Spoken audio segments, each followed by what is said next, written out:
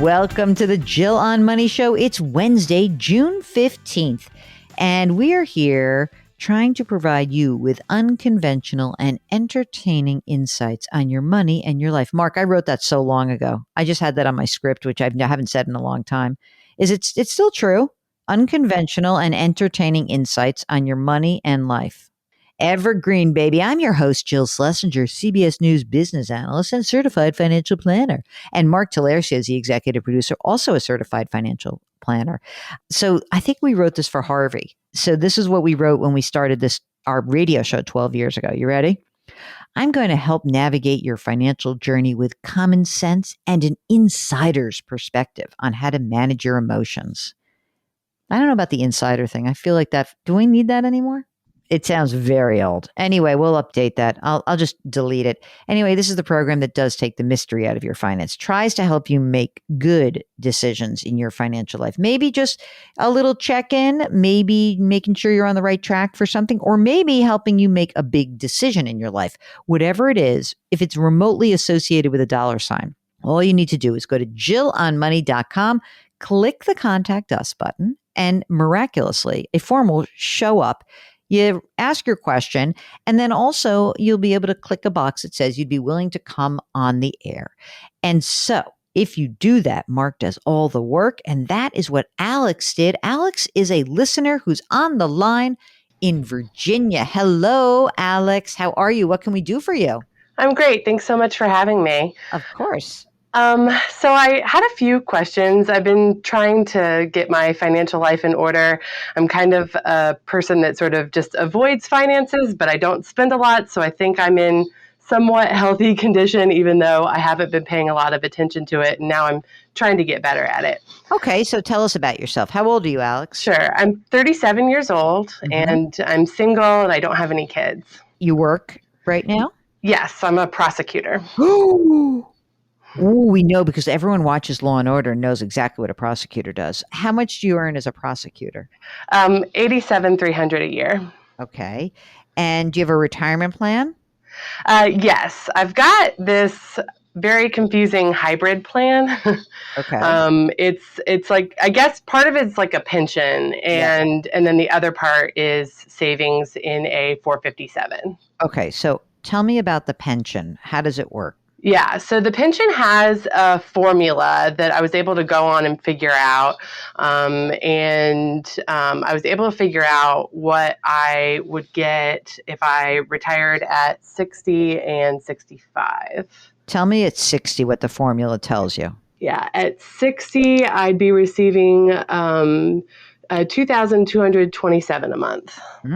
Okay. And at 65? At 65, it would be $2,593 a month. And I presume because, you're an employee, a municipal employee, that this also at age 60, you get health care until 65, or do you get it for life? That I have not looked into. Okay. I bet you do. Do you think you're going to be a lifer, though? I mean, that's a long time to be in a tough job. I really don't know exactly what else I do. You'd sell out and work for a big client, or you work for a big firm, and you make piles of money, and you would be robbed of your humanity, but you would make a lot of money. That's really the alternative. Right. No, probably not. I mean, I think the only thing that would take me out is if I got a judgeship. So. Ooh, yes. I see you in robes right now. That's fantastic. And that would be also that would also be a pension system. So same system. Yeah. Okay. So how much are you contributing to the 457? So my total is 9%, and then I believe I'm contributing 5% to the 457 of my salary. Okay, that's good. And so with your contribution at 9%, how's the cash flow on, 87 grand a year? It's good. I feel like I'm able to cover my expenses and plus like a little bit extra. What's the extra, you figure? Probably, I mean, it varies month to month, but maybe like 1,000, like between 700 and 1,000. That's great. You mean you have like extra in savings, a 700 to 1,000 a month usually?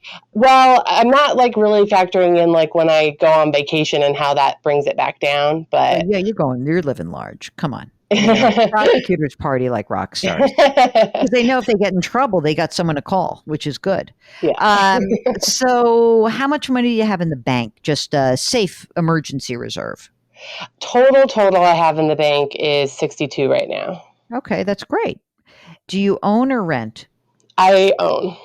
Tell me about that. What's it worth? Yeah, so I have a house that's worth, I just looked it up recently, 320 now, I guess, around. Wow. And my outstanding principal is currently 203, and I've got an interest rate of 3.875. Okay, great. Do you have any other issues that are floating around? So, debt, school debt, law school debt? So I have a lot of law school debt, but I'm on the public service student loan forgiveness plan. And so I've got 197, but in 2 years and 10 months, it's going to be completely gone. Get out of here. 2 years and 10 months. That's like you are really seeing the finish line right now. Yeah, I'm pretty excited about that. It's one of the reasons why I've started like figuring all this stuff out. That's great. And so you still, I mean, wait, just so I understand, for public loan forgiveness, do you have to make the minimum payments even during forbearance or not? No, it's free money. It's amazing. Oh my God. Every time it gets extended, I do like a little happy dance. Nice. Fantastic. All right. So that's your big debt. Any other debt? So we got the mortgage, we have the student loan that's going to be forgiven. Car debt or anything like that? No other debt. Okay. And what about any other assets? So we have the money that's in the 457 plan. How much is in there now? And the 457, it's 58. And we have the pension building up, bank account 62. Any non-retirement investments? I don't have any non-retirement investments. I did just start a Roth IRA after listening to y'all's podcast for a little bit, and that has 6,000 in it. And I also have a previous 401k that has a little under 17. So the old 401k, where is that held? So that's still with my previous employer, and that was actually one of the questions that I had on like sort of the best move to make with that. You're in the 22% tax bracket. You got a big deduction still. You are putting 9% away. I think it's time for you to convert that old retirement plan into your Roth IRA. Where's the Roth held? Vanguard. Okay, so what you do is you call up Vanguard and you say, here's what I got. I got this old plan, this old 401k, and I want to convert it and move it into my Roth IRA. They'll help you do this. What's going to happen is that 17,000 you said there was? Yeah. Is now going to pop into your taxable income for this year. You'll owe more in taxes next year, but just use the money that's in the bank. Okay. Now, do you have a notion around keeping that money at that 62? I mean, that's a lot for you. You don't spend that much money. So does it give you some comfort to have that money in the bank? I mean, I'd like an emergency fund that has, like you said, the 3 to 6 months. But really, the reason all that's in the bank account is because, prior to me reading a few investment books and listening to your podcast, I had no idea what to do with it. So. Oh, well, better to do nothing than something and there's something wrong. I mean, you could have just, done something wacky. So, I mean, look, how long have you been doing this work? I've been doing it for 7 years. You're not going to get fired. Okay. And so I think that having living expenses of 6 months is plenty if you want to, sort of top up a little bit.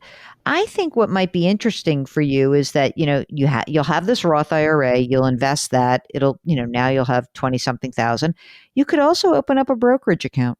You really could. And you could use that and let's call it your supplemental retirement, or, you don't have kids now, but, things happen and life changes and whatever, but you could certainly have extra money. And for you, your expenses are probably what, $5,000 a month, $6,000 a month, maybe? Between 3 and 4. That's it? Yeah. All right, let's say 4.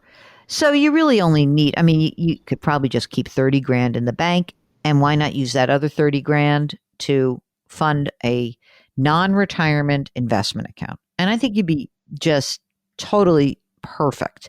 And then you're putting your 9% in, you're putting your money into your Roth IRA, you're putting money into your brokerage account, you don't have to do much more than that. I think that that's great. And man, I mean, what a relief it's going to be to get that official forgiveness done.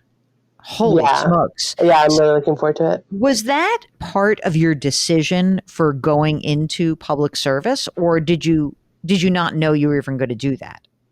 I knew when I went to law school that I wanted to go into public service, and then the public service plan just made it actually possible. I'm so impressed. It's great. Anything else that we can help you out with today? Yeah, I had a question about my mortgage. Okay. So when I did my mortgage, I did a 30-year mortgage, but I did like a fixed interest rate for 15 years, and then on year 16, it becomes variable. And you girl like to roll the dice. Yeah, I mean, my mortgage lender told me like, oh, you're not going to be in the 1% that gets to year 16 and you haven't refinanced or moved. And so I was like, okay, but then what if I am? And so and also I just don't know much about refinancing. And so I'm just trying to learn all these things now. I've only been in my house for 3 years. My question is, like, if I do decide like, oh, I am going to be in my house that long, when does it make sense to pull the trigger on refinancing? Not now. Okay. And I'll tell you why. Yeah, because it's bad right now, right? Yeah. I mean, first of all, what a ding dong. These mortgage brokers, what morons they are sometimes, I got to tell you. I mean, first of all, when you had the loan, the reason why it's such a ridiculous piece of advice is that at the time, when you did it a few years ago, you probably could have gotten a 30-year fixed rate mortgage for, I don't know, maybe it was like another 0.25%. So like maybe it was 4%, maybe it was 3%. It's never like a smart risk if you think you're going to be in a home for a long term to go for this. But for right now, 3.875 is fine. There will be an opportunity likely that you could either refinance it, but even if not, if in 12 years it's gone from 200 to 100 and it's about to balloon, you'll pay it off. Okay. We can always just pay it off. Who knows what's going to happen in 10 years, you know? If you see that mortgage rates drop back down, sort of closer to like 3%, maybe you would do it, but I don't even think you'll do it. I think you'll just end up paying it off early. But I don't think there's any compelling reason to do anything with this right now. Frankly, the student loan debt will be gone. You're putting money away. You could always you've got an extra, $500-700 a month that you can throw down on this thing later. And the interest is working for you right now. So, come closer to the time where this thing will balloon or change, then the rate will change. Well, then we'll do something different. But, for everyone listening, this is like really, really instructive in that if you have a mortgage broker telling you something like, oh, only 1% of the people, it's like, I don't need financial advice from you, buddy. Like what I need for you to do is get me the best rate for 30 years fixed. And then I'll call Jill and Mark and find out what I need to do. That's really it. You didn't make a big mistake. It's not going to be a problem for you. Like you said, it's like you haven't paid that much attention, but you sort of have very good money habits without trying. So you really are in great shape, and you will be in great shape. Money goes into the pension and the 457. Money's going to go into the Roth. Money's going to go into your brokerage account. You're going to have plenty of money to pay this off early. Okay, great. All right. Sound good? Yeah, thank you so much. I really appreciate it. Alex, if I get a speeding ticket in Virginia, can you help me? Depends on what jurisdiction you're in. If you, like Alex, can fix my tickets, then I am happy to. No, I'm just kidding. If you've got a financial question, give us a holler. Go to JillOnMoney.com. Click the Contact Us button. Let us know if you'll be willing to come on the air. Don't forget to sign up for the free weekly newsletter. Subscribe to our other broadcast, which is called Eye on Money. Okay, very good. Wednesday the 15th. It's in the books. Thank you so much for listening. Please put your hands metaphorically on someone's back. Grit, growth, grace. Thank you for listening, and we'll talk to you tomorrow.